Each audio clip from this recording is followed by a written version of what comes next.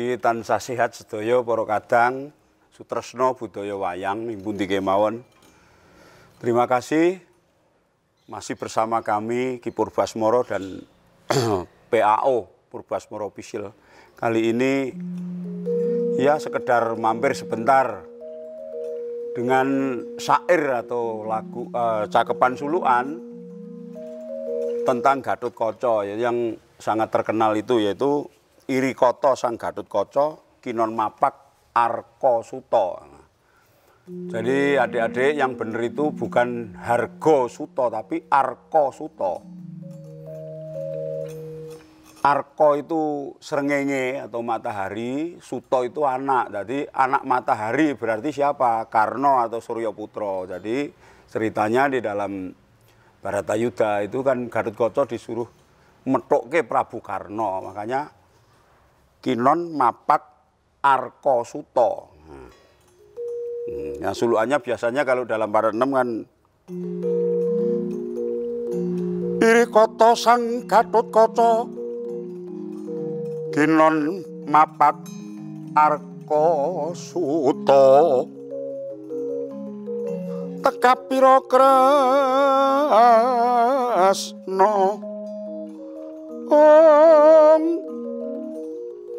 Partomana hermuji saktinira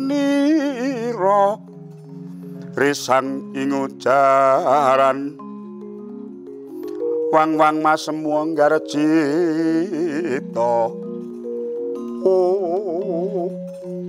Itu nek sampai wang-wang semu nggarjita, tapi kalau di sampai habis atau sang Patik Narpati itu ya pedotannya tinggal kalau sulukan itu kan merdika, jadi liar medhot monggo. Misalnya Irikata sang Gatotkaca kinon mapak Arkasuta teka pira Kresna Partomana hermuji saktinira risanging ujaran wang-wang masemu anggarjita harsa marek mawacana ring Patik Narpati. Kalau sampai situ ya bisa monggo saja. Itu jelas diambil dari Baratayuda. Nah, karena bahasanya itu yang sekarang ya mestinya banyak yang tidak tahu ya. Bahkan saya sendiri pun juga dulunya tidak begitu paham karena bahasa Jawa kuno ya angel. Irikata sang Gatotkaca, irika ketika itu. Irika ini ketika itu. Irikata sang Gatotkaca, sang Gatotkaca ya ini sang Gatotkaca. Kinon mapak Arkasuta. Kinon ini dikon atau disuruh. Disuruh methuki utawa mapak melawan dalam perang kan mapak Prabu Karna. Kinon mapak Arkasuta. Tekap ira Kresna. Tekap itu dening, oleh. Tekap itu dening atau oleh. Tekap ira Kresna berarti oleh Prabu Kresna. Yang nyuruh itu Prabu Kresna. Tekap ira Kresna parto maneher muji saktinira. Maneher itu lajeng atau nuli. Tumuli. Tumunten. Lalu kalau yang sang inujaran sing didhawuhi utawa yang disuruh lalu wang-wang enggal-enggal lalu bahasa anu sakniki enggal-enggal kemudian atau lalu tumunten enggal-enggal masemu itu kelihatan seperti ketinggal kadi kelihatan seperti masemu nggarjita itu mongkok bunga. Jadi Gatotkaca dikon methuki Prabu Karna mau kon mapak kridane Prabu Karna malah masemu nggarjita. Ketinggal kadi atau kelihatan seperti mongkok. Harsa marek gembira terus nyedak atau mendekat mawacana patik narpati. Mawacana omongan, dadi matur. Bilang, berkata, matur.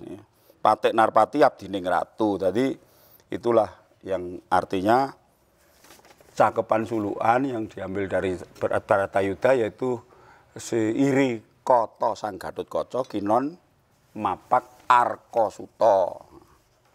Nah, kalau digunakan untuk padat 6 ini tadi, kalau padat Manyura ya iri kata sang Gatotkaca kinon mapak Arkasuta teka pira Kresna Parta manehar muji saktinira risang ucaran wang-wang mas munggar cita.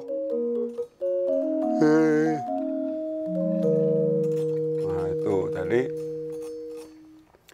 makanya cakepan-cakepan atau syair sulukan itu banyak yang diambil dari kekawin, serat-serat, dari Sekar, Mocopat, baik Dandang Kula, Sinom, dan sebagainya. Ada Durma, ada Pangkur, dan sebagainya. Dari itu. Dan kalau mungkin ada yang mengklaim juga bahwa syair sulukan itu diambil dari bahasa tertentu, itu ya yang penting kalau kami bukti saja.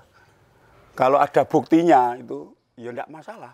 Kalau dianggap itu dari bahasa apa monggo. Tapi yang penting kalau tidak ada bukti ya mohon maaf kalau cuman mengklaim-klaim saja bahwa syair sulukan itu dari bahasa tertentu. Nah, ya saya tidak percaya. Sebelum ada bukti apapun itu saya tidak percaya.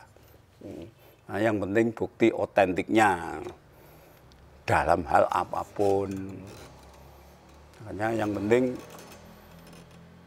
apapun itu yang sesuai dengan ilmu pengetahuan, ada buktinya dan ada artefaknya. Ya menurut saya bagus, sahih. Nah, untuk cakepan sulukan itu kan memang ada yang karangan. Karangan itu ngarang murni, tidak mengambil dari serat. Ya banyak juga. Atau mungkin cakepan-cakepan sulukan yang improvisasi ya bisa juga. Langsung improv ya sauni-uni. Misalnya pokoknya butuhe metu Gatotkaca ning gandeng iri kata sang Gatotkaca wis ditokke bola bali ya terus ngimprov. Risang Sena putra magut ing Rananggana. Saksana kya ngambah Jumantara. Nah iki manu saya ngimprov sesaat saja. Misalnya gagah piteksa godhek wok simbar jaja nyata atmajaning Sang Bima. Ngono ya kena. Tapi biasanya kalau sulukan konvensional itu mengambil dari sumber-sumber yang ada, baik itu kekawin maupun serat-serat berbahasa Jawa kuno maupun berbahasa Kawi atau Kawi miring ataupun bahasa Jawa baru, banyak yang begitu.